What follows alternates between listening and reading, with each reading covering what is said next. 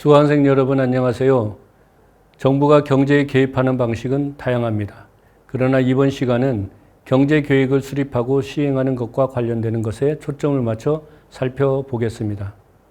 정부가 경제계획을 수립하기 위해서는 그러한 업무를 담당하는 정부 조직이 설립되어야 하기 때문에 경제계획을 수립하는 정부 조직부터 살펴보고 다음에 정부 수립 직후에 작성된 초기 경제 계획들을 설명하도록 하겠습니다.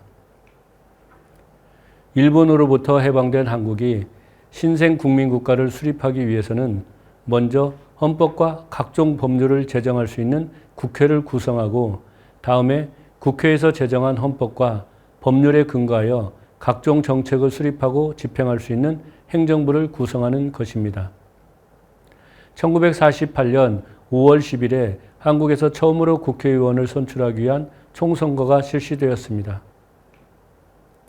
이를 통해 선출된 국회의원이 가장 먼저 한 일은 제헌헌법을 제정하고 정부 조직을 구성하는 데 필요한 정부조직법을 제정하는 것이었습니다. 정부조직법이 한국의 법률 제1호가 된 이유입니다. 이 정부조직법 제34조에는 국무회의에 제출하는 재정, 경제, 금융, 산업과 물가에 관한 종합적 계획에 관한 사무를 관장하기 위한 기획기구로서 기획처를 국무총리 소속기관으로 설립할 것을 규정하였습니다.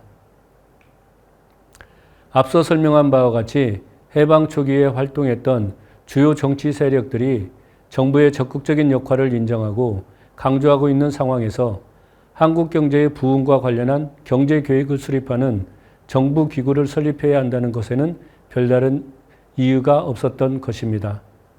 그러나 기획처 설립이 순탄하게 진행된 것은 아니었습니다. 정부조직법을 기초하고 심의하는 과정에서 기획처가 경제계획을 수립해야 한다는 것에는 대부분의 국회의원들이 동의했지만 예산 편성 기능을 기획처에 두어야 하는 것에 대해서는 의견이 엇갈렸기 때문입니다. 이와 관련하여 정부조직법 기초위원들은 예산 편성 기능을 기획처에 두자고 주장하였고 본회의 심의 과정에서 제출된 수정안에는 예산 편성 기능을 재무부에 그대로 두어야 한다고 주장하였습니다. 전자를 주장한 사람들은 국가 전체를 대상으로 경제계획을 수립하고 이것이 원활히 집행되기 위해서는 그 계획이 집행될 수 있는 예산 재원이 뒤따라야 하기 때문에 기획처에 두어야 한다고 주장했습니다. 후자를 주장한 사람들은 재무부가 세입 업무를 담당하고 있는 상황에서 경제 안정을 위해 세입 내 세출 원칙이 지켜지기 위해서는 재무부에 예산 편성 기능을 두는 것이 맞다고 강조하였습니다. 더욱이 재무부는 과거부터 세입과 예산 편성 기능을 담당하고 있어서 이에 관한 경험과 전문 지식이 풍부한 인적 자원을 많이 보유하고 있다는 것도 강조되었습니다.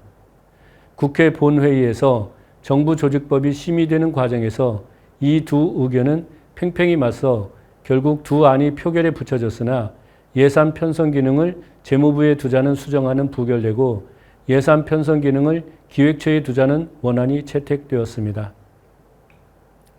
이에 따라 기획처는 경제계획국, 예산국, 물동계획국, 물가계획국과 비서실 체제로 하여 출범하였던 것입니다. 기획처의 가장 중요한 기능 중의 하나는 국민 경제의 부흥을 위해 경제계획을 수립하는 것입니다.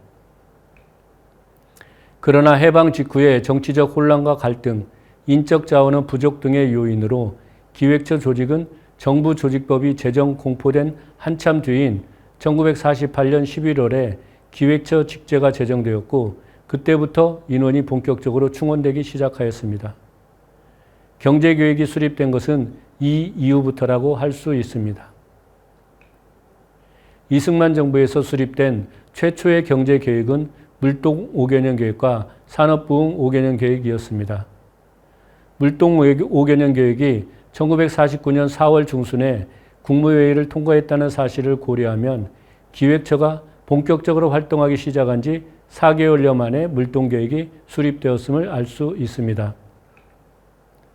사실 5개년 계획이라고 이름이 붙였지만 이 물동 5개년 계획은 우선 1차년도 계획만 수립했고 1차년도 계획이 순조롭게 진행되면 그 실적에 비추어 2차년도 계획을 수립하는 방식으로 작성될 예정이었습니다. 이 물동 5개년 계획의 내용을 간략히 소개하겠습니다. 우선 이 계획은 한국이 식민지 시기 말 전시경제로 편입되기 전 최고 수준이었던 1938년의 생산 수준으로 복귀하는 것을 목표로 상정하였습니다.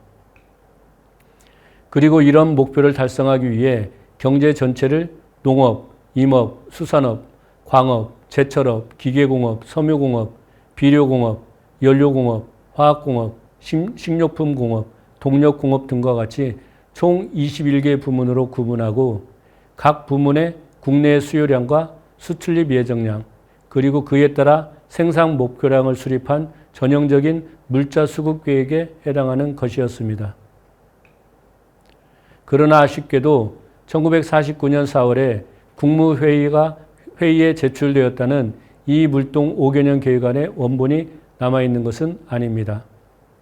당시 공보처에서 발행한 주보에 소개된 자료에 근거하여 그 내용의 일부를 확인할 수 있는데 전체적으로 이 물동 5개년 계획은 경제 전 부분에 걸쳐 자급자족을 달성하는 것을 목표로 상정했다고 알려져 있습니다. 산업부흥 5개년 계획 내용도 자세히 알려진 것이 없고 그 내용의 핵심을 소개하고 있는 자료를 통해 확인할 수 있을 뿐입니다. 이 5개년 계획은 정부가 가장 중요하다고 생각하는 광공업 및 에너지 부문의 14개 업종을 선정하여 5개년간의 생산 증강 계획을 제시한 것이었습니다. 이와 같이 이승만 정부 수립 직후의 경제 계획은 체계적으로 수립된 것은 아니었습니다.